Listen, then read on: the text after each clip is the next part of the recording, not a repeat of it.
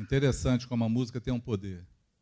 A música tem um poder de trazer lembranças, trazer memórias. É por isso que eu não gosto de ouvir música secular. Eu gosto de ouvir músicas que adorem ao Senhor, que fale do Senhor. Porque eu quero trazer à memória aquilo que me dá esperança, né? Músicas são salmos. E tem músicas que são tremendamente inspiradas por Deus. Tu olha assim e fala assim, cara, só pode ter sido o Espírito Santo que deu essa inspiração, né, para alguém, né? Por exemplo, tu és o autor, aquele que pintou com perfeição a vida. Tu és o Senhor, aquele que me amou e é o meu Deus, meu Senhor. Só uma inspiração divina compõe uma letra dessa. Não é assim?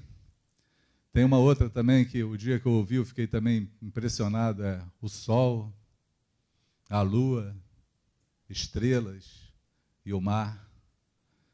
Nada se compara ante a tua formosura. Os homens, os reinos, principados e potestades, nada se compara, ou se prostram ante a tua majestade. Porque dele, por ele, para ele, são todas as coisas. Inspiração divina. Então, se eu tiver que me encher de alguma coisa, encher a minha mente, eu vou encher a minha mente daquilo que vai me trazer esperança, daquilo que vai falar do meu Senhor. Entende isso? Porque se eu ficar ouvindo, pense em mim, chore por mim, liga para mim, mas não liga para ele, vai me conduzir ao adultério, né? Ontem à noite, porque a música ela tem esse poder, ela fica na mente, né? Essa madrugada, às 2h da manhã, a gente parou para comer, estava tocando uma música que eu estava sonhando, sonhei que estava casado, acordei desesperado, um negócio desse. Porque vida de casado é bom, só perde para de solteiro. Falei, gente, que letra mais maluca é essa? Você não quer casar nunca na vida, mas aí a pessoa começa a ouvir isso e acha que a vida é uma bagunça mesmo, né? Que o negócio é ser solteiro, que esquece até de casar, né? Tem uma galera aí que quer casar, que se ouvir, melhor é vida de solteiro. Aí vai ficar nessa. Mas adorar o Senhor é bem melhor. Então, se tiver que encher a tua mente, encha com coisas boas, encha com aquilo que te remete ao Senhor. Por quê? Porque a música, ela te traz lembranças. É tão interessante que a música ela te traz à memória acontecimentos, momentos, pessoas, cheiros. A música faz isso, ela tem esse poder. É interessante isso. Eu, como desde que me converti, eu abandonei a música secular, então as músicas seculares já não me trazem tantas memórias ruins, né? Porque vão me lembrar do pecado, vão me lembrar do passado. Mas tem louvores que quando tocam assim, a gente faz aquele flashback, faz aquele flashback, leva a gente lá atrás, né? E eu lembrei. Não, e tem outra coisa. A música, ela marca momentos, e você também, pela música, você consegue perceber o estado em que a gente vive. Né? Por exemplo, tem música que toca na tua vida, no momento. Essa música que nós cantamos agora por último, louvado seja, né? Engrandecerei, exaltarei teu nome diante dos reis e dos poderosos. Eu louvarei a ti, Senhor. Me arremeteu lá na minha conversão. Lá no sobrado lá do Marom, lá, no terraço, grupo caseiro, eu novo convertido, um fogo, um fervor. Os irmãos cantavam essa música chorando, adorando, porque era uma revelação do Senhor, uma revelação de quem nós éramos, do benefício que Ele fez nas nossas vidas, e a gente só queria adorar o Senhor. E esse refrão ele ficava na nossa mente, porque onde eu estiver eu vou adorar o Senhor, eu vou engrandecer o nome dEle, diante de poderosos, de reis. E geralmente quando Deus nos leva diante de reis e poderosos, é geralmente preso. É só assim que a gente está lá, né? Não está lá para ser poderoso, não. Deus leva os humildes. A estratégia dele é levar ovelhas no meio de lobos. Mas para que essas ovelhas cheguem lá e engrandeçam o nome dele. Eu tinha isso tão claro dentro de mim, que me manteve, quando eu lembro assim, que vem aquele flashback assim, eu lembro da atmosfera que era cantar essa música. E quando os anos se passam e a gente ouve, a gente vê que a atmosfera que a gente vive hoje não é mais uma atmosfera como era antigamente da adoração. A impressão que eu tenho é que a música, ela roubou a adoração de muita gente. Porque antigamente cantar era adorar, hoje cantar é artístico.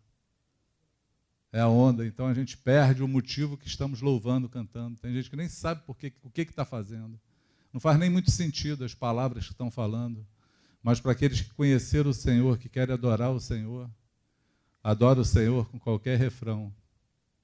Eu ouvi, conversando com o irmão esses dias e falando sobre a presença do Senhor, eu falei para ele que eu já vi irmãos analfabetos ou analfabrutos, com 2 zagueiros na boca, 2 dentes, um pandeiro na mão, falando português enrolado, cantando, e a presença de Deus assim se manifestar de uma forma tão tremenda.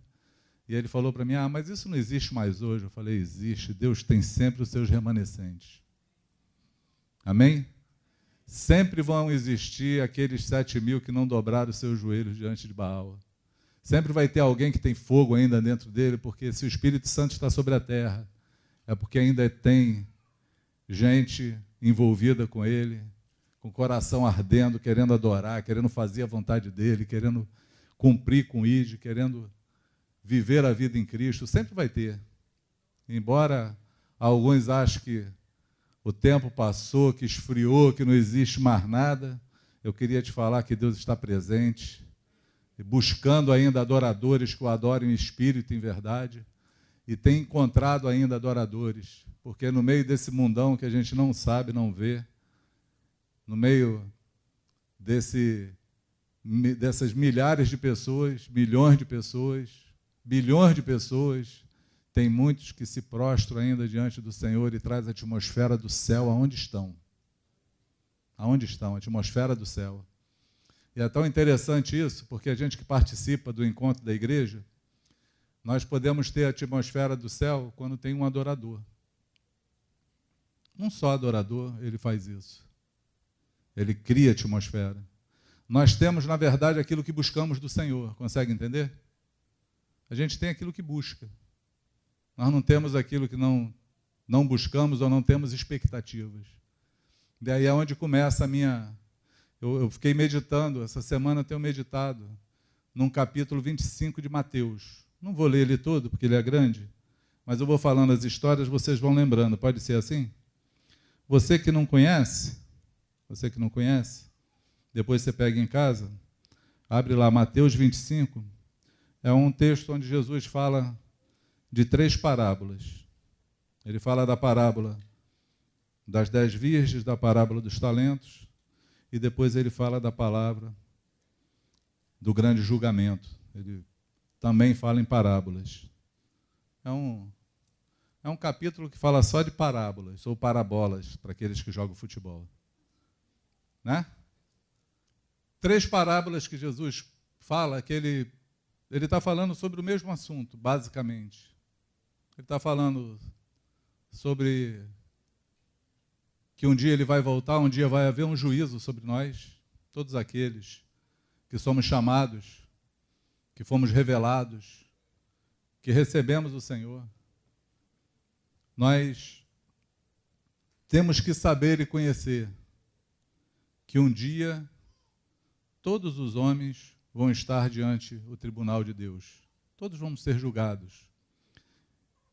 Querendo você ou não, crendo você ou não, a despeito da tua teologia ou daquilo que você acredite, todos vão ser julgados diante desse trono branco, desse tribunal. O Senhor vai vir buscar a sua igreja, Ele prometeu que vai voltar. Jesus Cristo está vivo, amém? Está vivo, Ele morreu, mas ressuscitou, está vivo. E disse que vai voltar, e a palavra dele não muda, Ele voltará. Ele vai voltar para buscar o que é seu, e vai voltar para julgar o mundo. Vem como juiz. A Bíblia fala que esse dia é o grande, terrível dia do Senhor. Embora nós cantamos muitas canções e almejamos, esperamos, falamos, Maranata, vem Senhor Jesus, mas a Bíblia relata que o dia do Senhor vai ser um grande, terrível dia, onde os homens lamentarão, onde muitos vão lamentar. Vai ser o dia onde não vai ter misericórdia. Vai ser um dia sem misericórdia. Vai ser um dia que você não vai conseguir colocar nenhum recurso no tribunal. Vai ser aquele dia, não vai ser igual ao julgamento do Lula, que mesmo condenado ainda espera o tempo para chegar lá. Não, o dia que o Senhor vem, Ele vem separando. Ele vem separando o bode das ovelhas, Ele vem separando o joio do trigo, Ele vem com seus anjos marcando, separando e destinando. É o dia do fim. É aquele grande e terrível dia. Nós não podemos perder isso. Entende? Porque isso aí é princípios básicos, são rudimentos básicos da fé cristã. Segundo Hebreus, diz que é o A, E e O, U da fé. O A, E, O, U é que a gente tem que aprender, arrependimento de obras mortas, fé em Deus, o ensino dos batismos, a imposição de irmãos, ressurreição dos mortos, juízo eterno. Porque o juízo eterno vem. Quantos entendem o que eu digo? Amém? O juízo vem.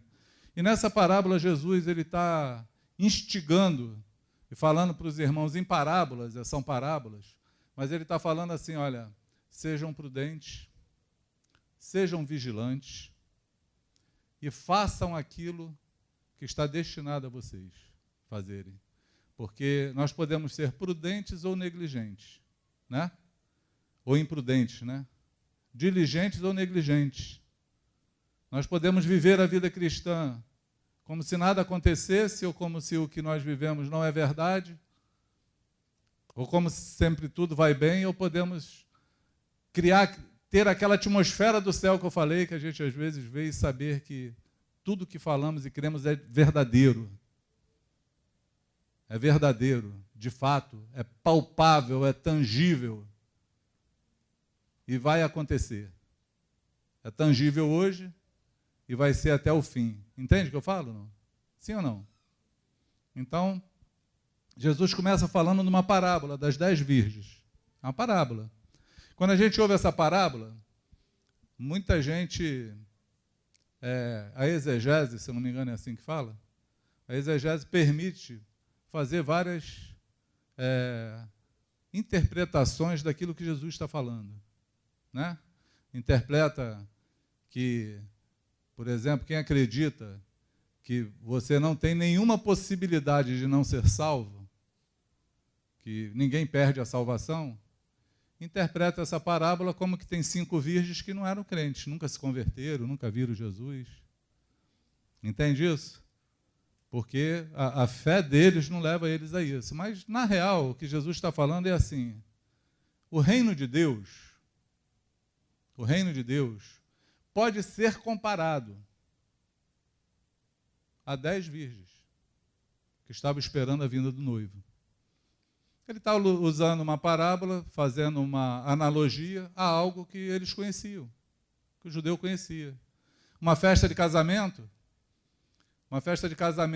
era assim, o noivo vinha, pedia a noiva em casamento e fazia uma festa, ela se preparava, juntava um monte de moças virgens, e ele voltava para buscar a noiva para a festa.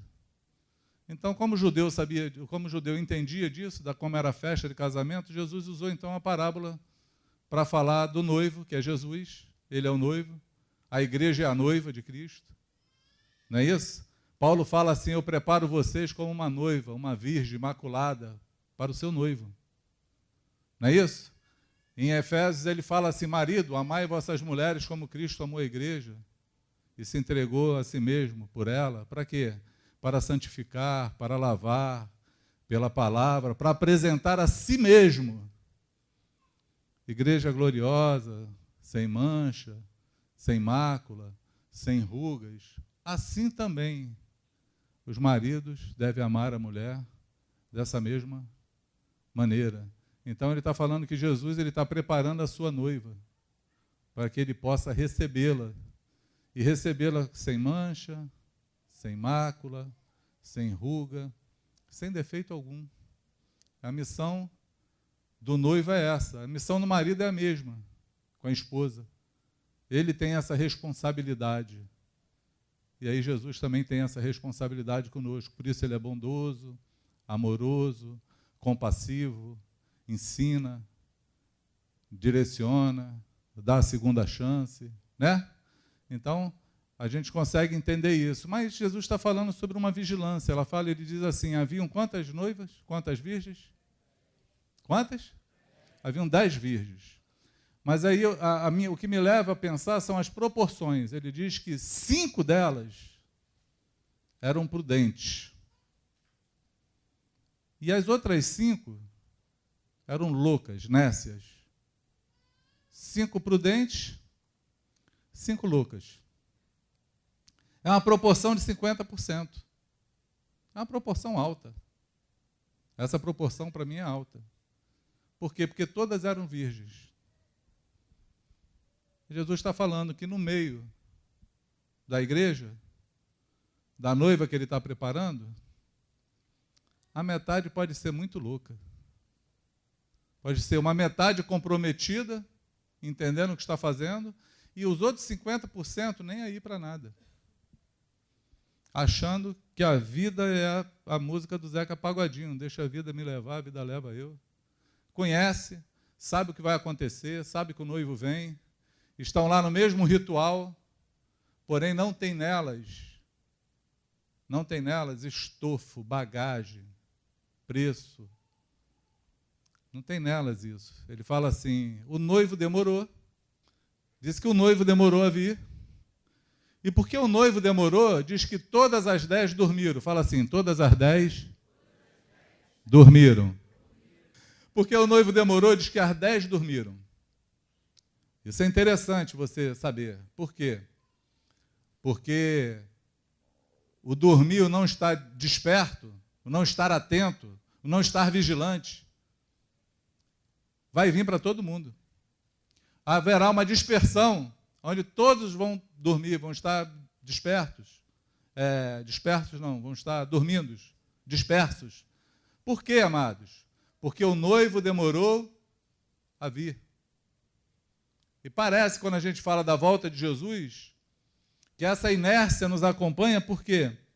Porque nós ficamos mesmo achando que esse dia que Jesus vai voltar não vai acontecer. Está muito longe, não é para nosso tempo, não é para agora. Então vamos levar a vida, que esse negócio aqui... Eu já ouvi gente lendo a Bíblia falando assim: não, os apóstolos acreditavam que Jesus ia voltar naquela geração, naquela época, e não era para hoje, já estamos com 2000 e blau lá na frente, e a gente não sabe se tem mais 2000 para frente. Mas o Senhor falou para a gente vigiar, amados, porque você não sabe que hora ele vai vir. Ele vem como ladrão, ladrão não avisa que hora vem. Entende isso? Porque o Senhor vem para o dia desse juízo de várias maneiras. Vai ter o dia que o Senhor vai vir dos céus com trombetas, alaridos, com seus anjos. Diz que todo olho verá.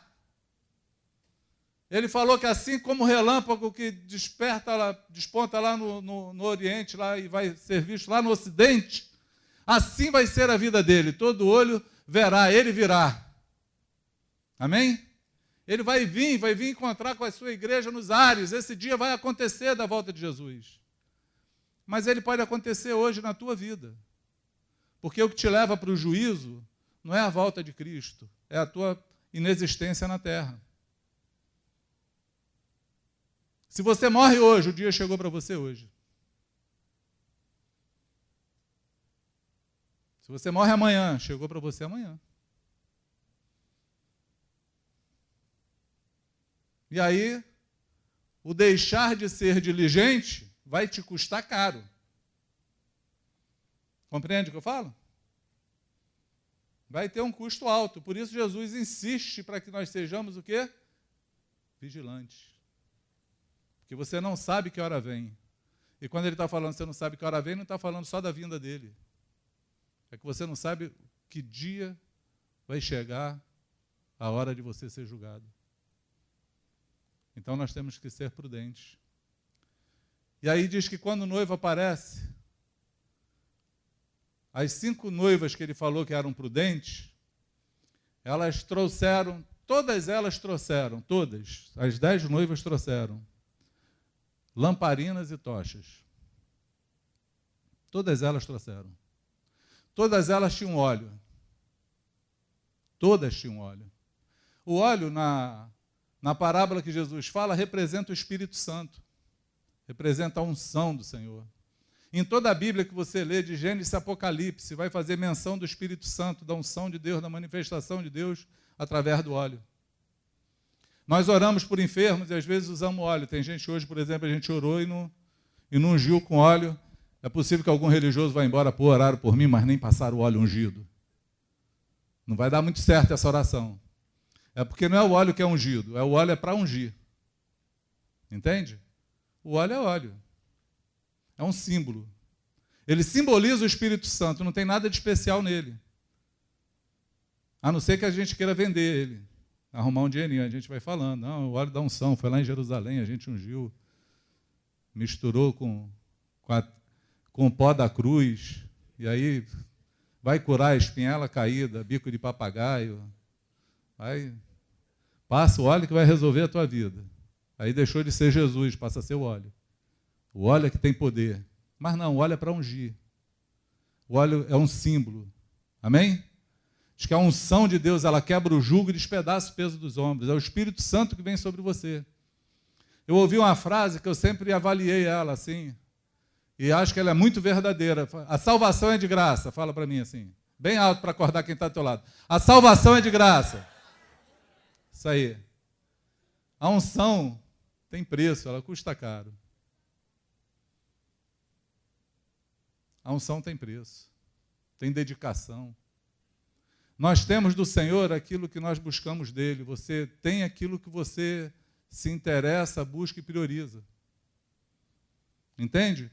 Você pode conhecer o Senhor e ter dele superficialmente. Foi revelado de Cristo? Sim ou não? Foi. Chegou lá com a tua botijazinha com azeite? Chegou, as 10 chegaram. Porém, Jesus falou que umas tinham reserva de azeite. Algumas tinham reserva. Algumas se prepararam para um tempo maior. As outras levaram só para aquele tempinho ali, era só para aquele momento.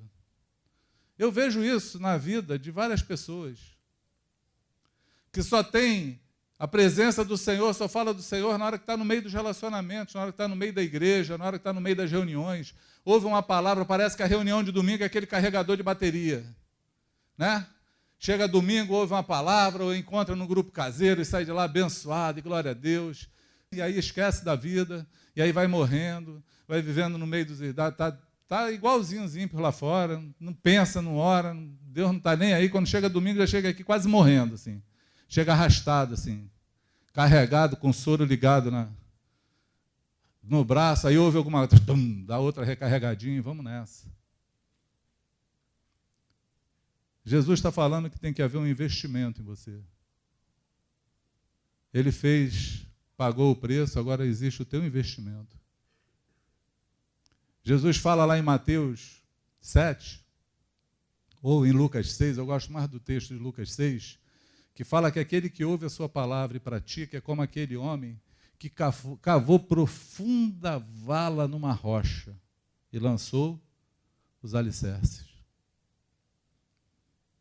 O dia mau vai chegar e aquela casa vai ficar de pé. Esse foi aquele que foi prudente, não foi louco, e construiu a sua casa na rocha. Esse é aquele que tem óleo na botija, azeite na botija. É aquele que cavou valas. É aquele que está seguro no Senhor, é aquele que está andando firme, sabendo o que está fazendo, porque o noivo vai vir. Entende isso? O noivo vai vir. Aquele que não tem investimento nenhum, nenhum investimento, nunca abriu mão de nada. Às vezes a gente tem essas discussões entre nós pastores, quando avaliamos alguns discípulos. Fulano não é discípulo ainda. Mas a vida do cara está legalzinha. Eu nunca vi ele abrir mão de nada por conta do reino. Tem gente que não abre mão de nada para o reino. Tem coisa que custa abrir. Não é? Eu falo uma frase assim: o conhecimento me liberta. Conhecimento te liberta? Sim ou não?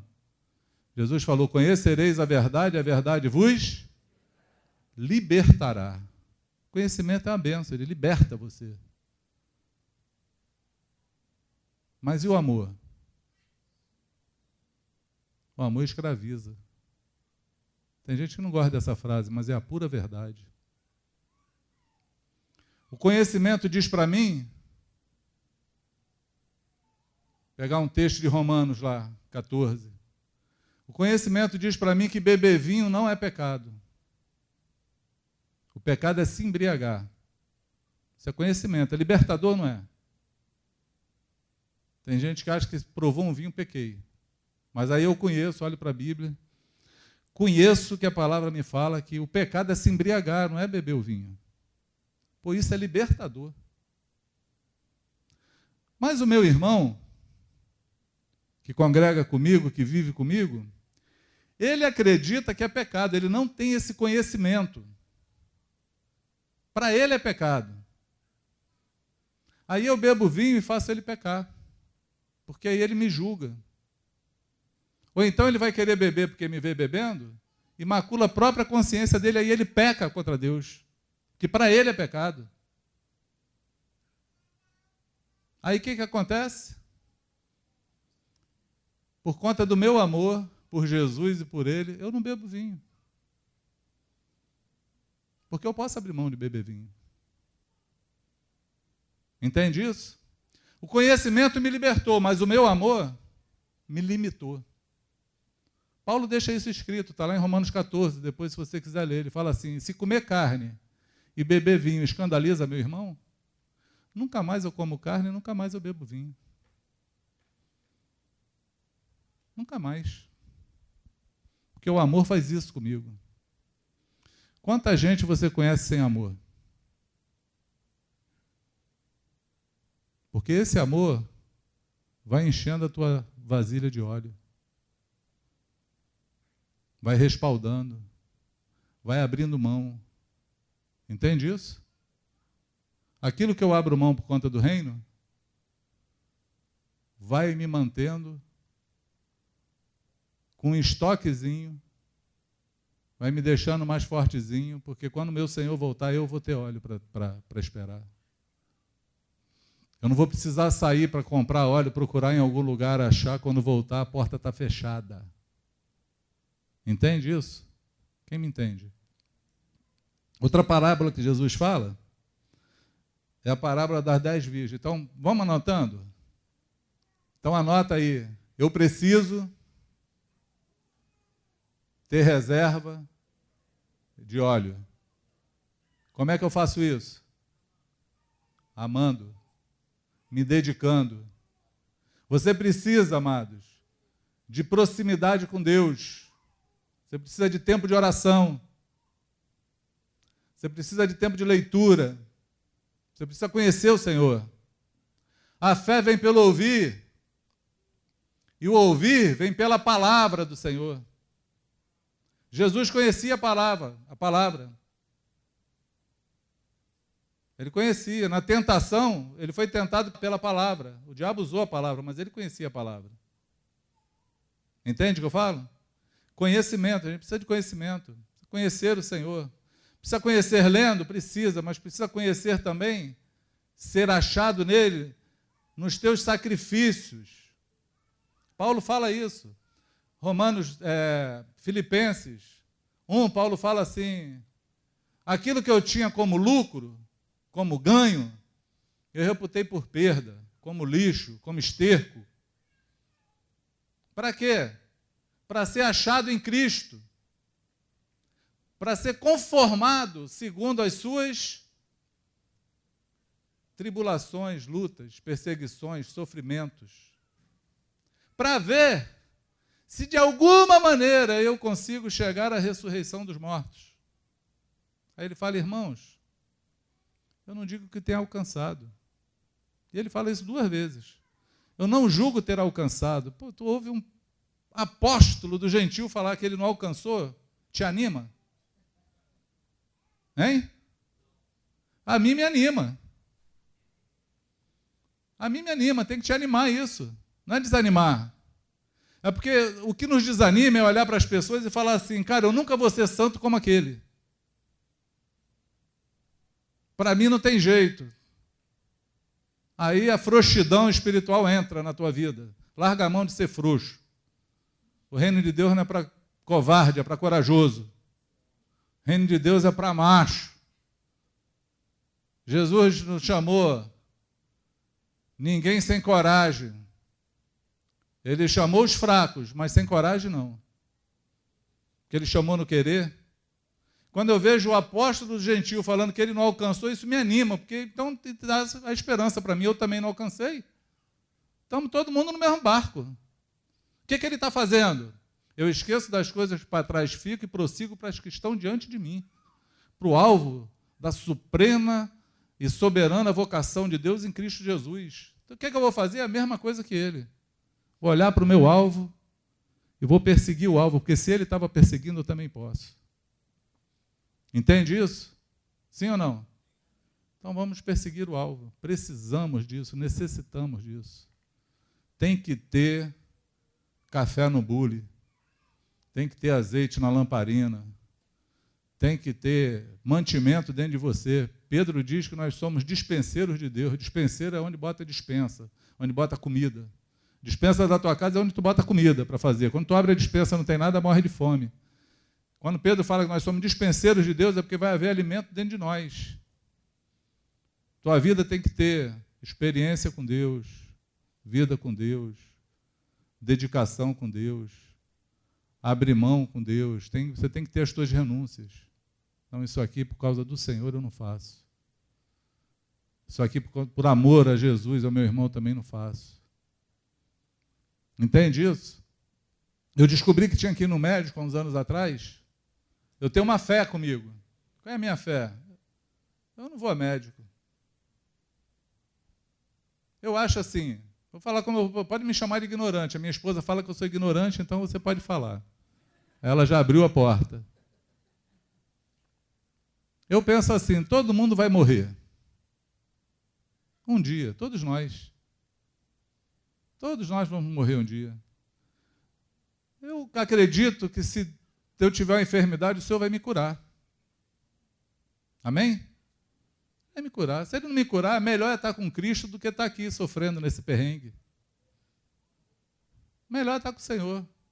É assim que eu creio, amado. É ignorante ou não, é simples ou não, essa é a minha fé.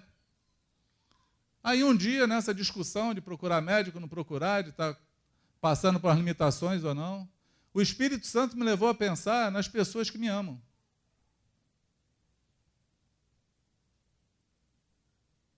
Levou. E usou irmãos do meu lado para falar comigo. Falou, bom, tá bom, se você tem a tua fé, não se preocupa contigo, por amor você tem que preocupar com aqueles que te amam. Como é que a tua família vai ficar te vendo enfermo ou morrendo? Vão sofrer? Os irmãos que te amam vão sofrer? E aí eu parei para pensar, bom, eu posso não me importar comigo, mas eu tenho que me importar com os outros. Então, por amor a eles, eu posso ir no médico. Aí fui. E comecei a tratar da saúde. Não por conta do meu desespero de querer saber se eu vou morrer ou não, mas por amor aos outros. Entende isso? Nós podemos, por amor, fazer um monte de coisa. Sim ou não? Eu postei um dia desse uma foto no Facebook de um caminhão enorme que a gente foi lá para Vila Velha, pegar a mudança do Flavinho. Aí quando eu olhei assim, lembrei e falei o que a gente não faz por amor. Né, Uira? O Uira foi nessa viagem. Tinha que ir lá socorrer o irmão, arrumei um caminhão para ir, me deram um caminhão do tamanho do mundo, assim. Eu acostumado a dirigir caminhão pequeno. Pensa no caminhão, quando eu olhei, fiquei desanimado com ele. Falei, cara, onde é a escada que sobe nesse trem? Já pensei no percurso, 520 quilômetros, para trazer quem? Vanessinha. O animador fez a pergunta, sabe dirigir? Eu falei, cara, vou descobrir agora. Habilitação eu tenho, mas vamos nessa. 520 quilômetros naquele... Arrancamos fios pelas estradas, né? Mas o que a gente não faz por amor a gente faz. Encara a afronta, encara o perigo, dedica tempo. Tudo se pode fazer por amor. Quantos me entendem? Amém? Então, se você é uma virgem louca, vida louca, eu quero te dar um aviso, seja prudente. Amém? Seja prudente. Porque o Senhor falou que naquele dia as prudentes vão entrar, as loucas não vão. E aí ele não está questionando aqui se é virgem ou não, se tinha lamparina ou não, se o óleo acendia ou não. Ele está falando que vai ficar de fora. Ponto final. Entende isso? Depois ele fala da parábola dos talentos. Ele fala na parábola dos talentos. Ele diz que tinha um senhor que resolveu viajar e entregou tudo na mão dos seus servos. E aí ele pegou os seus bens, e aí é dinheiro, a parábola é dinheiro, embora muitos falem dessa parábola, falando que Jesus falou de dinheiro. Então é de dinheiro que ele está falando. Então você tem que cuidar do teu dinheiro, multiplicar o teu dinheiro, o negócio é o teu dinheiro, mas é uma parábola. Ou uma parabola, para quem é jogador. É uma parábola. Ele está usando uma parábola, porque senão a outra que nós falamos, ele estava falando só das virgens. Quem não é virgem aqui já era. Pode nem estar lá, nem com azeite, nem com... Seria só virgem, mas é uma parábola. Ele está usando uma figura, uma linguagem de figura. Ele não está falando que é o dinheiro. Ele está usando a figura. Ele está de novo usando aquilo que aqueles irmãos que estavam ouvindo ele entendiam o que ele estava falando. Para poder pegar o espírito da palavra, o conceito da palavra, aquilo que ele estava querendo falar. E ele estava querendo falar sobre vigilância, estava querendo falar sobre a nossa obra, o nosso trabalho, aquilo que ele espera de nós, estava falando que ele vai voltar para julgar cada um de nós. Esse é o teor das parábolas. Amém? E aí ele fala, o seu Senhor saiu e pegou e distribuiu os seus bens com seus servos. A um ele deu 5 talentos. 5 talentos é dinheiro para caramba. Pensa num dinheiro. É muita coisa. A outros ele deu 2 talentos. E a outra ele deu 1. Que é muito dinheiro também, 1 talento. Se eu não me engano, é 6.000 denários, 6.000 dias de trabalho. Ele deu. E disse que um dia ele voltou para prestar conta com aqueles servos. E aí o que tinha 5 talentos, quando olhou para ele, falou assim, Senhor, aqui está os teus 5 talentos, e mais 5 que eu negociei e ganhei com os 5. 10 talentos, toma o que é teu. O que tinha 2 fez a mesma coisa. Senhor, está aqui teus 2 talentos e mais 2, porque eu granjeei mais 2. Eu negociei mais 2, eu conquistei mais 2. E o que tinha 1 talento só, ele foi fiel. Ele ficou com medo, falou, não vou perder nada do que o Senhor me deu, do que confiou a mim. Ele guardou, escondidinho o talento dele. Quando o Senhor voltou, ele foi lá e devolveu dele. Está aqui tudo que é teu. E aí diz que o Senhor olha para ele e fala assim, você é malvado e negligente. Tu não devia ter colocado meu dinheiro pelo menos no banco lá para poder render juro? me deu prejuízo. Tu vai lá para o lago de fogo e enxofre, e lá vai haver choro e ranger de dente. Vou te dar a tua parte com os infiéis. Aí, essa hora cola as placas. Porque o cara perdeu nada, ele guardou o talento dele lá. Nós cantamos hoje aqui também, né? Tua palavra escondi, guardada no meu coração, para eu não pecar contra ti, Senhor. A tua palavra escondi, minhas vestes no sangue lavei, e das tuas águas bebi, para ser uma oferta agradável a ti.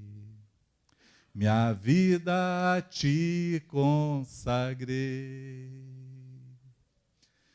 Meus dons e talentos são para te servir.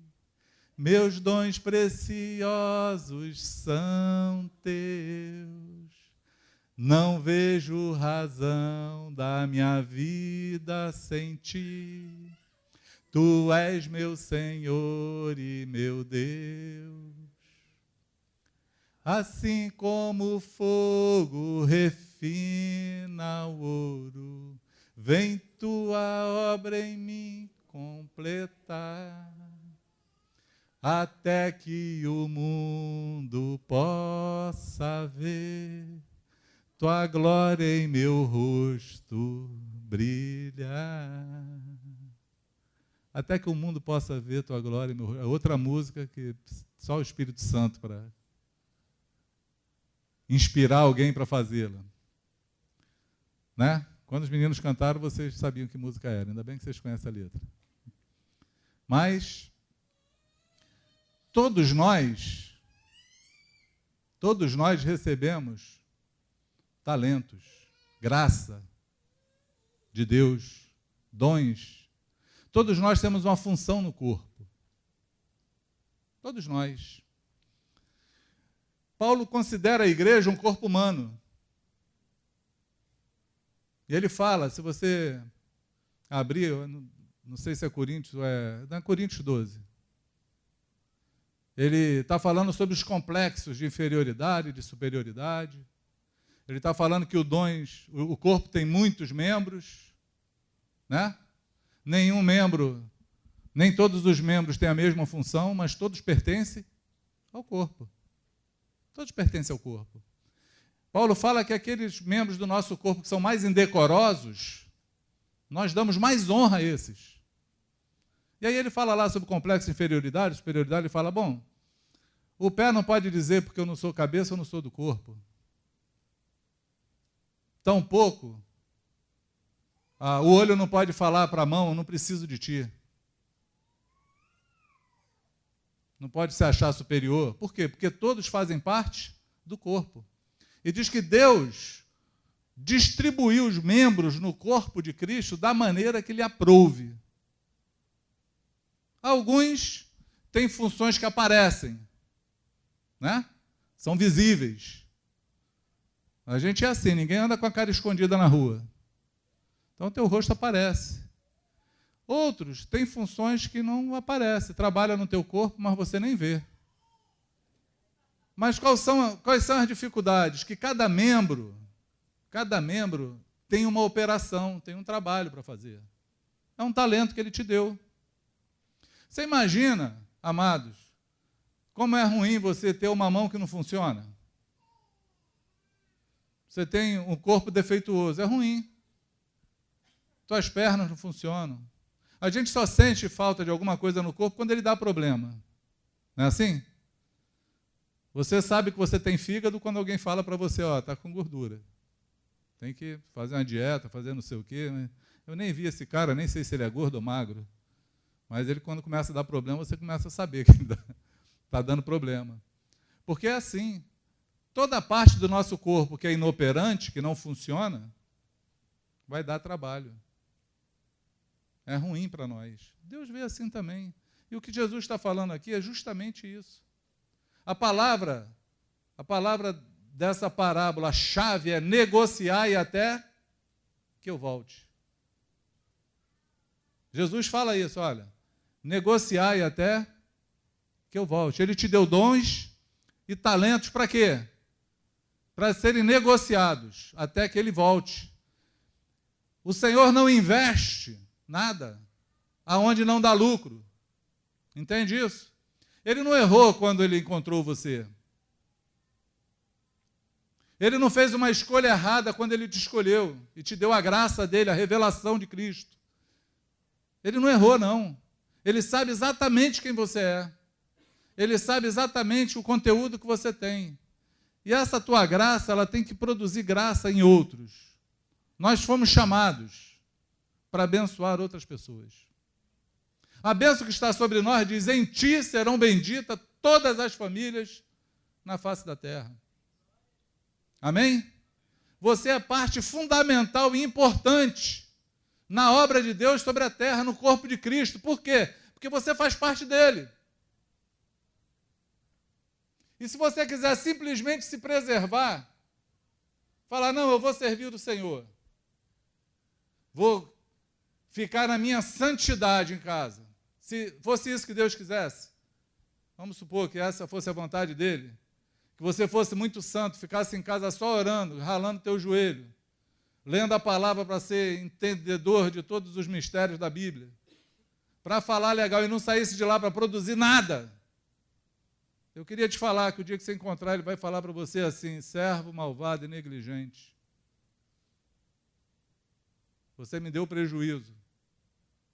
Eu te dei uma graça para que você pudesse agraciar outros. E você não fez render nada do que você tem. Teu lugar é junto com os infiéis. Vai dar um nó na cabeça de muita gente. Porque se o que ele quisesse fosse, se o que Deus quer fosse celibato, se a vontade de Deus fosse que você fosse monge, ermitão, você vivesse num lugar buscando a santidade sozinho, isolado, ele não teria te chamado para o meio de uma igreja. Ele não teria chamado ao corpo de Cristo de igreja, de eclésia, de reunião de pessoas. Ele não teria nos feito para viver em comunidade. Ele tinha nos feito para viver isolado. Esse não era o objetivo dele, nunca foi. A tua vida tem que ser produtiva. Não importa o que você faça. A maior dificuldade não é de quem tem 5 talentos. A maior dificuldade não é de quem tem 2 talentos. A maior dificuldade é de quem tem um só talento. Porque quem tem um só talento despreza o que tem. Aquele que recebeu só um talento é aquele que está me olhando aqui agora e falando assim, eu não tenho nada para fazer. É justamente a dificuldade está nesse. Porque é aquele que acha que não pode fazer nada, que não tem com o que negociar, que tem que me preocupar só comigo. Essa é a dificuldade. Mas os nossos talentos são para ser negociados. Entende o que eu falo? Sim ou não? Todos nós temos funções e elas são importantes no corpo. Você precisa funcionar. Você precisa falar. Você precisa abrir tua boca. Você precisa se dedicar à obra do Senhor. Você precisa ser relevante naquela graça que Ele colocou sobre a tua vida. Amém? Não dá para você viver uma vida olhando para as pessoas morrendo ao teu lado. Morrendo, naufragando, sem você se importar com elas, sem você poder ser usado pelo Senhor. A Bíblia tem tanta história de talentos que não são falados na Bíblia, tanta gente que não tinha nenhuma expressão, que não aparece nome, né? Não aparece nome nenhum na Bíblia. Tem uma menina, uma escrava, que falou com aquele Naamã. Quem é essa menina? Qual é o nome dela? sabe. Tem uma viúva lá de Serepta que alimentou Eliseu, que Eliseu fez milagre lá. Como é o nome da viúva? Ela sustentou um profeta, mano. Viveu o maior milagre da vida. Qual é o nome dela? A outra que multiplicou o azeite lá, que ia vender tudo e ficou lá. Qual é o nome dela? Tem. Tem gente sem nome na Bíblia, anônimo na Bíblia. Mas com participações fundamentais e importantes. Porque Deus conta com todos. Entende o que eu falo? Deus conta com todos. Eu costumo falar que ninguém é tão rico que não precise de nada e ninguém é tão pobre que não tenha nada para dar. Essa é a verdade. Todos nós podemos participar na obra, naquilo que o Senhor nos chamou, para glorificar o nome dEle. Amém? Então, que a tua vida seja relevante, em nome de Jesus. Comece a negociar os teus talentos, porque isso vai fazer diferença no dia que o Senhor te chamar. No dia que o teu julgamento chegar, o Senhor vai falar contigo assim: eu te dei a graça da salvação, eu te revelei Jesus. Você só está aqui porque eu te chamei. O que você fez com aquilo que eu te dei? Se você chegar lá e falar: está aqui, Senhor, não pequei, não errei, orei o tempo todo. É isso que ele está falando. Servo malvado e negligente. Tu devia ter produzido, negociado o que eu te dei. Tu não fez nada. Preguiçoso.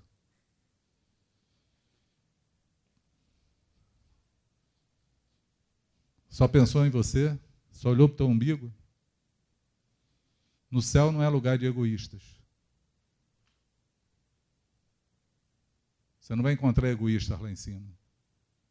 Você vai encontrar pessoas altruístas. Entende isso? Sim ou não? Quem entende? Amém? E agora a gente vai chegando ao final.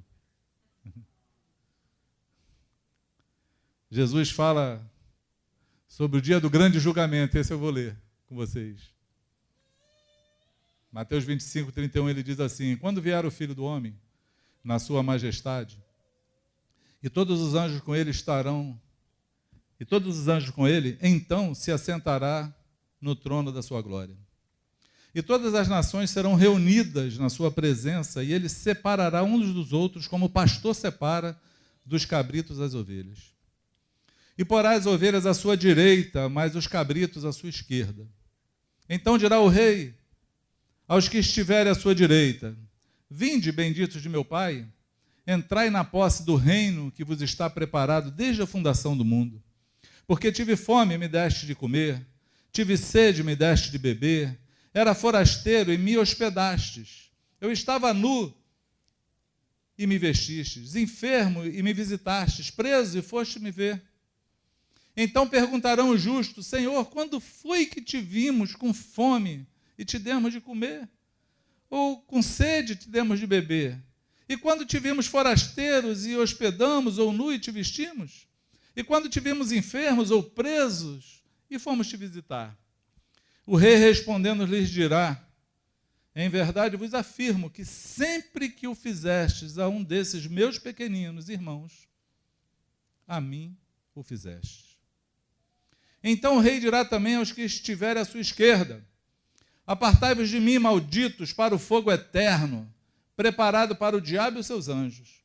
Porque tive fome e não me deste de comer, tive sede e não me deste de beber, sendo forasteiro não me hospedastes, estando nu não me vestistes, achando-me enfermo e preso não foste me ver. E eles lhes perguntarão: Senhor, quando foi que te vimos com fome, com sede, forasteiro, nu, enfermo ou preso, e não te assistimos? Então lhe responderá: em verdade vos digo que sempre que o deixaste de fazer a um desses mais pequeninos, a mim o deixaste de fazer. E irão estes para o castigo eterno, porém os justos para a vida eterna. Aqui tem uma classe de pessoas que não vão herdar o reino, não por aquilo que fizeram, mas por aquilo que deixaram de fazer. Isso é curioso, porque a gente está sempre pensando nos pecados que cometemos, naquilo que nós fazemos. Mas quando deixamos de fazer também é pecado. Tem um provérbio que diz que aquele que pode fazer o bem e não faz, peca. É pecado. Mas o que me saltou dessa parábola? Que aí eu queria deixar também para vocês meditarem e pensarem nela. É que tanto os justos, como os que Jesus considerou injustos na sua vinda, fizeram e não viram. Isso aqui é interessante. Fizeram e não se deram conta que fizeram. Porque os dois fizeram a mesma pergunta. Uns perguntaram assim: Senhor, legal, maravilha, entrar, ser bendito do Pai, mas estou em dúvida. Quando foi que eu fiz isso que eu não vi? Ninguém entrou assim, ô glória, viu? Só porque eu ajudei aquele... Quando foi que eu fiz que eu não vi? Isso fala de essência. Isso fala naquilo que está dentro. Isso é muito diferente daquela obra social que as pessoas se envolvem só para atenuar a consciência. Porque às vezes a gente faz alguma coisa para atenuar a consciência. Está tão no erro que quer fazer alguma coisa boa. Não é assim? É ou não é? Tem gente que está com a vida toda arrebentada, mas está seguro porque eu sou dizimista fiel. Estou. Eu ajudo os irmãozinhos. Eu vejo alguém necessitado, eu vou lá com o meu dinheiro lá por fora. O que tem de gente que faz obra social por conta própria e peca também é muita. Porque até para abençoar alguém, você precisa ser direcionado pelo Espírito Santo. É um grande risco você querer dar comida para o filho pródigo. Já parou para pensar nisso? O filho pródigo está lá querendo comer a bolota do porco. Deus está usando essa estratégia para quebrantar o cara, para que ele volte para o caminho. Aí aparece uma alma bondosa, querendo aliviar a sua consciência, ou querendo ser bom, e leva uma quentinha para ele. Está ajudando Deus ou está atrapalhando? É cooperador ou atrapalhador? Para pensar que até para ser bom você precisa do Senhor. Porque na carne não tem proveito algum. Na carne não tem proveito algum. Na carne não tem proveito. Como é bom viver no meio de conselho, como é bom viver com a vida sujeita. A Bíblia fala que na multidão de conselheiros há segurança. Como é bom você, até na hora de fazer o bem, você está seguro se esse é o caminho, se é isso que Deus quer. Porque você pode estar atrapalhando ao invés de estar ajudando. Porque esses aqui, eles nem souberam o que fizeram ao Senhor de bom. Quando foi, Senhor, que nós te vimos e fizemos isso? Eles não faziam para querer ser vistos, nem porque queriam ser bons. É porque a essência do Espírito Santo neles e a conduta deles de vida levaram eles a serem altruístas, guiados pelo Espírito Santo, a não fechar o coração, a saber ser benevolente, a saber não ser dono daquilo que tem, porque quando você tem alguma coisa não é de Deus, entende o que eu falo? Sim ou não? Você só tem aquilo que você abre mão. Aquilo que você está disposto a perder. Aquilo que você sabe foi Deus que me deu, Ele pode dar outro. Pode dar de novo. Entende isso? Porque foi a mesma pergunta dos que não deram nada, não fizeram nada. Senhor, quando foi que nós tivemos também isso e não fizemos? A pergunta é igual. A pergunta é igual. Nós não vivemos numa campanha de ser bom. Não vamos ser Alziro Zaru para dar sopa para malandro. Quem dá sopa para malandro é Alziro Zaru. As obras sociais são assim. Meu pai mendigou na vida. Nos últimos dias da vida dele, quer dizer, nos penúltimos, né? Nos últimos ele se converteu. Mas meu pai, a rebeldia dele, levou ele para a rua. E quando eu achava ele no meio dos mendigos, eu perguntava para ele assim, pai, que doideira é essa, cara? O que tu está fazendo da vida? Ele, não, cara, fica tranquilo, ó, a gente toma café na igreja tal, almoça no centro não sei aonde, janta não sei aonde, de noite passa não sei quem dando sopa, a vida é cômoda na rua. Está ajudando ou atrapalhando?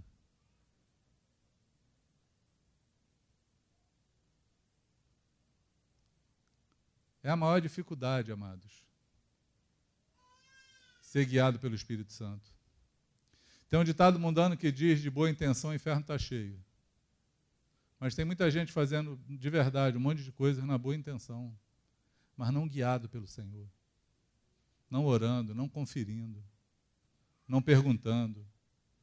Nós precisamos ser guiados pelo Espírito Santo para servir os pequeninos que o Senhor quer servir. Entende isso? Para fazer, por essência, que não envolve a tua consciência.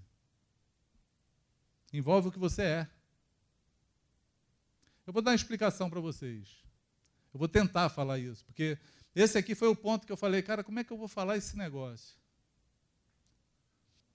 Só vou contar uma história para vocês, porque eu acho que essa ilustração, ela cabe para aquilo que eu quero falar, para que você entenda essa essência.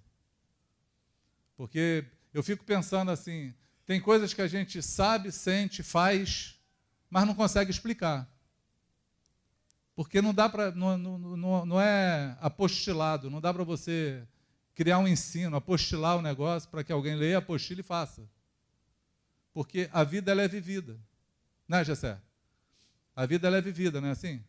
Ela é feita para viver. É intensamente. E aí, eu passei uma situação, há muitos anos atrás, e esse dia marcou a minha vida. Porque eu tive que explicar, e eu nunca tinha pensado nisso. Sabe aquelas coisas que alguém te pergunta, e você nunca pensou nisso, mas aí você tem que responder e explicar o motivo. E aí quando você fala, você vai embora para casa pensando assim, caramba, é mesmo, né? É por causa disso então, né? É exatamente como isso aqui que Jesus falou. Quando eles perguntaram quando foi que eu fiz, e ele falou, quando você serviu a esses meus pequeninos, aí você serviu a mim. Teve um irmão entre nós, isso lá em 1900 e ronca, lá nos anos 90, estou velho, né? Já falando em anos 90. Aqui um dia a gente vai estar naquelas festas, a gente faz hoje dos anos 60, vai ter a festa dos anos 90, né? Nós conhecemos um irmão que não tinha nada na vida e ia casar. Resolveu casar. Pensa que alguém que não tem de onde veio nem para onde vai, foi encontrado por Cristo no meio da rua.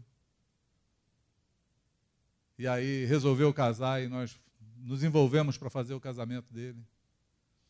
E foi aquela operação da família, né? Quem vive aqui no meio de família sabe disso.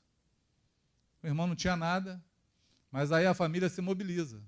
Na hora do casamento, os irmãos se mobilizam e faz a festa. Aí a festa teve salgadinho, bolo, uma festa de casamento direitinho. 2 pastores para fazer o casamento. Não tinha onde morar, eu morava lá no Jardim Letícia. Aí Um irmão estava mudando porque foi para a base aérea, né? Era militar, foi morar lá na base aérea, que não pagava aluguel, e tinha uma casa própria, e deu a casa para o irmão morar. Então, mora aí. Eu fui lá pedir, né? Pô, irmão, o cara não tem onde morar, tu vai mudar, não dá para liberar a casa, não. Ele estava pensando em alugar, eu falei, mas não tem dinheiro. Aí, tá bom, então, abençoa lá, fica sem pagar mesmo. Falei, joia, já tem onde morar, uma casa boa, igual a minha, na época. Mesma casa.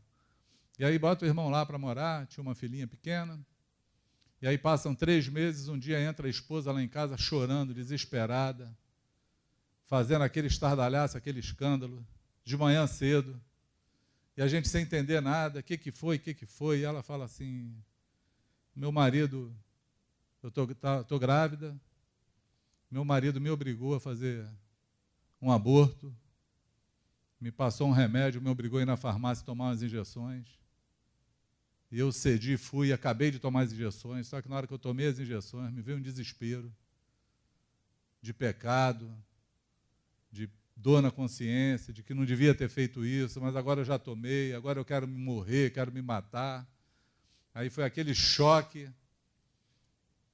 Nós conversamos com ela, oramos por ela, marcamos então de noite, quando ele chegasse do trabalho, para sentar lá e conversar. E nessa época Zezé foi comigo, Zezé e João, moravam na mesma rua que eu, discípulos novinhos, a gente estava começando a andar junto na época. E aí vamos nós nessa. Aí chegamos de noite, sentei com o irmão, eu lembro do texto que eu li com eles, eu abri a história de Davi para eles, porque qual foi a desculpa que ele tinha dado para a mulher? Eles caíram sexualmente antes do casamento. E ela engravidou. Aí o que ele calculou? Pelo tempo de casado e da gravidez, todo mundo vai saber que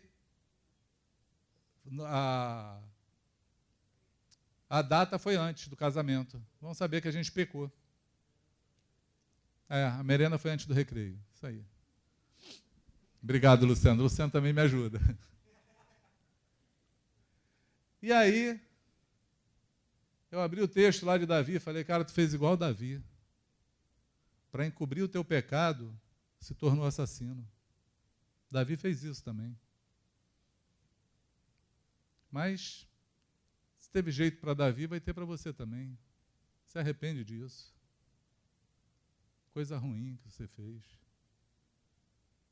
Não avaliou tudo que Deus fez na tua vida até hoje, cara. Pô, abandona esse negócio. Aí ele se arrependeu, chorou. Oramos por ele. Oramos pela irmã. Não perdeu o filho. Graças a Deus. Nasceu gêmeos ainda, só de raiva.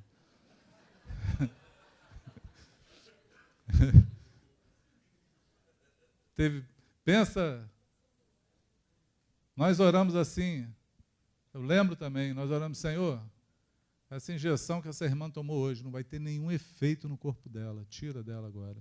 Tirou mesmo, 2 crianças sadias, sem nenhum problema, gêmeos, Deus foi fiel.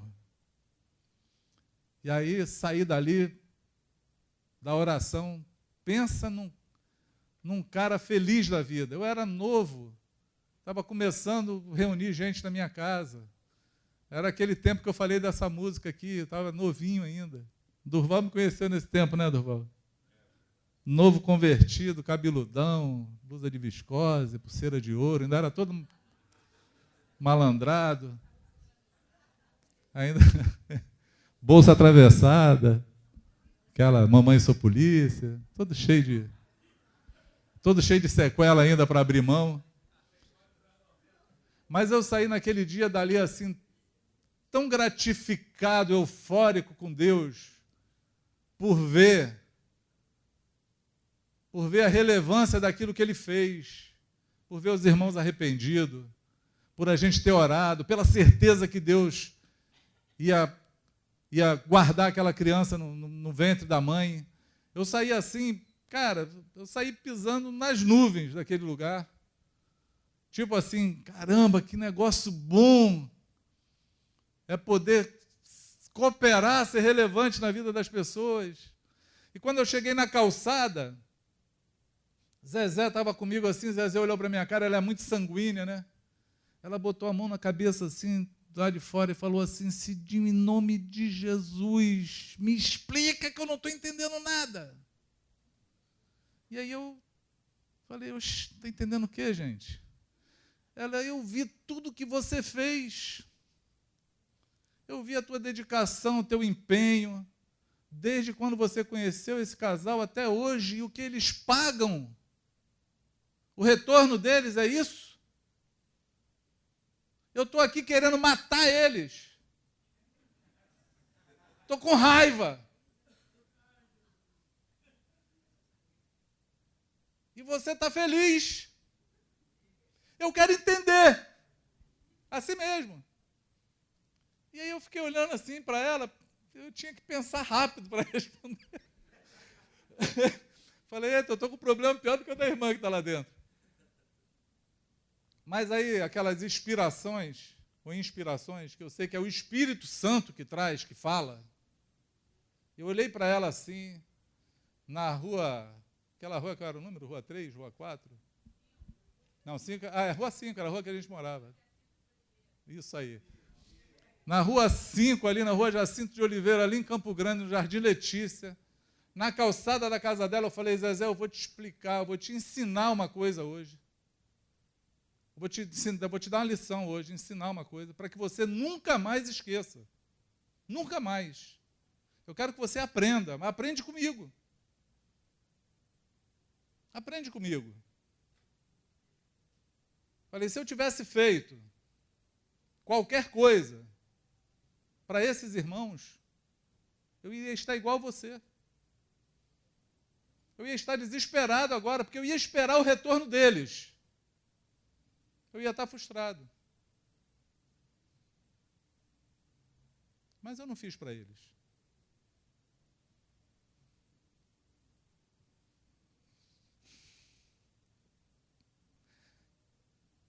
Não é por causa deles. É por conta do Senhor que eu sirvo. Eles são só beneficiários. Mas eu sirvo a Jesus. Eu faço aquilo que Ele me deixou de ensino, que é para eu fazer. Eles só são os beneficiários para que eu possa servir o meu Senhor, eu sirvo a eles.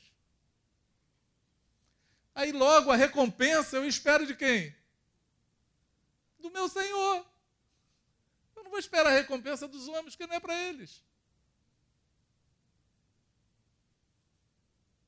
E ela ficou assim, consolada. E eu desci para minha casa pensando: cara, que coisa fantástica essa, porque nem eu sabia. Nem eu tinha pensado nisso. Eu acho que naquele dia, se Jesus falasse para mim: entra, bendito do meu Pai, eu ia fazer a mesma pergunta. Eu ia ser: mas Senhor, mas quando foi que eu fiz isso, que eu não vi? Aí ele ia falar: quando você fez a esses pequeninos, para mim você fez. Porque Ele conhece o coração. Ele conhece os motivos. Ele conhece as intenções. Entende isso? As pessoas são só os beneficiários da obra que Ele fez na minha vida. Então as pessoas que estão ao teu lado, à tua volta, ou aqueles que você encontrar, pensa nisso. Elas são só beneficiários. Sirva a Jesus. Sirva ao Senhor. Não sirva a homens. Aquele que faz para os homens, espera a recompensa dos homens. Aquele que serve ao Senhor, espera a recompensa dele. E eu queria te falar: a recompensa dele nunca falha. Nunca falha. Não tem nada mais fantástico e maravilhoso na vida do que servir ao Senhor. Eu nunca pensei, amado, de um dia estar num púlpito em algum lugar falando para qualquer pessoa. Eu nunca imaginei isso na minha vida, nunca desejei, nunca quis. Eu só estou aqui porque eu encarei o desafio de servir a Jesus. E aí, se eu sirvo a Ele, é impossível não estar no meio de pessoas. porque o alvo dele são pessoas. Ele morreu pelo mundo. Entende isso? Ele morreu para salvar o mundo. E eu estou no trabalho dele. E aí você tem que entrar nesse trabalho também. Porque um dia ele vai chegar, vai separar a ovelha dos cabritos. Tomara que você seja separado para o lado direito. E possa ouvir dele, bendito do meu Pai, entra no gozo eterno. Porque em todas as minhas necessidades, você me supriu.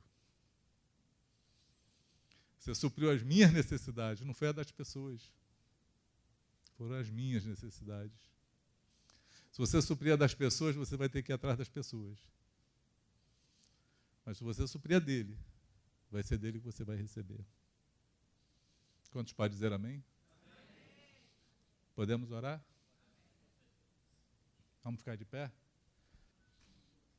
Quantos se sentem confrontados na manhã desse dia?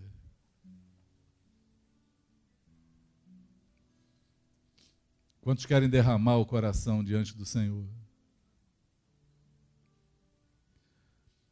Quantos querem pedir para o Senhor hoje, falar, Senhor, traz revelação e me ensina a viver dessa maneira. Porque o juízo, ele vem, ele vai chegar, amado. O teu Senhor um dia vai se encontrar contigo. Isso é verdadeiro, é certo. Não é história que alguém conta, é real. O desenrolar do mundo está trilhando tudo sob o controle de Deus, tudo sobre aquilo que está escrito. Nós não vivemos nada hoje que você não veja escrito nessa Escritura Sagrada.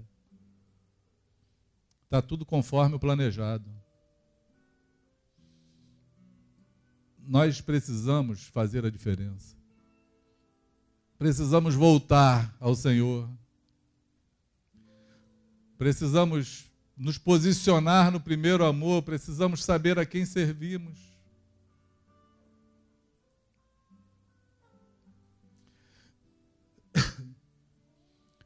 Precisamos estar cheios da unção de Deus. Temos que buscar essa unção. Temos que nos dedicar para ouvir e falar com Deus. Precisamos de proximidade com o Espírito Santo. Precisamos estar perto dele. Ele também falou que nós temos que ser negociadores. Precisamos negociar os nossos talentos.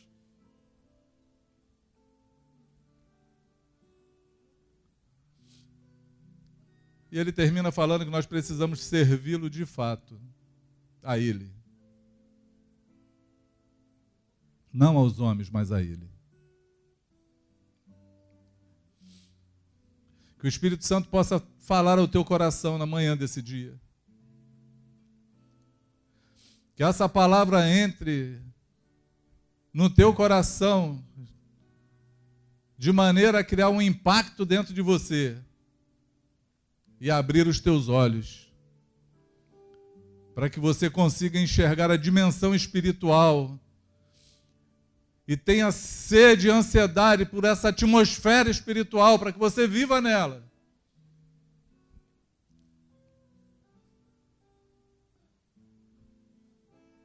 Senhor, se essa é a hora do sono, desperta a tua igreja. Desperta as tuas virgens, Senhor. Desperta os teus filhos. Desperta o nosso coração, Senhor. Mexe nos nossos alicerces, traz um impacto sobre nós. Porque nós queremos dar retorno, dar fruto a tudo aquilo que foi investido em nossas vidas.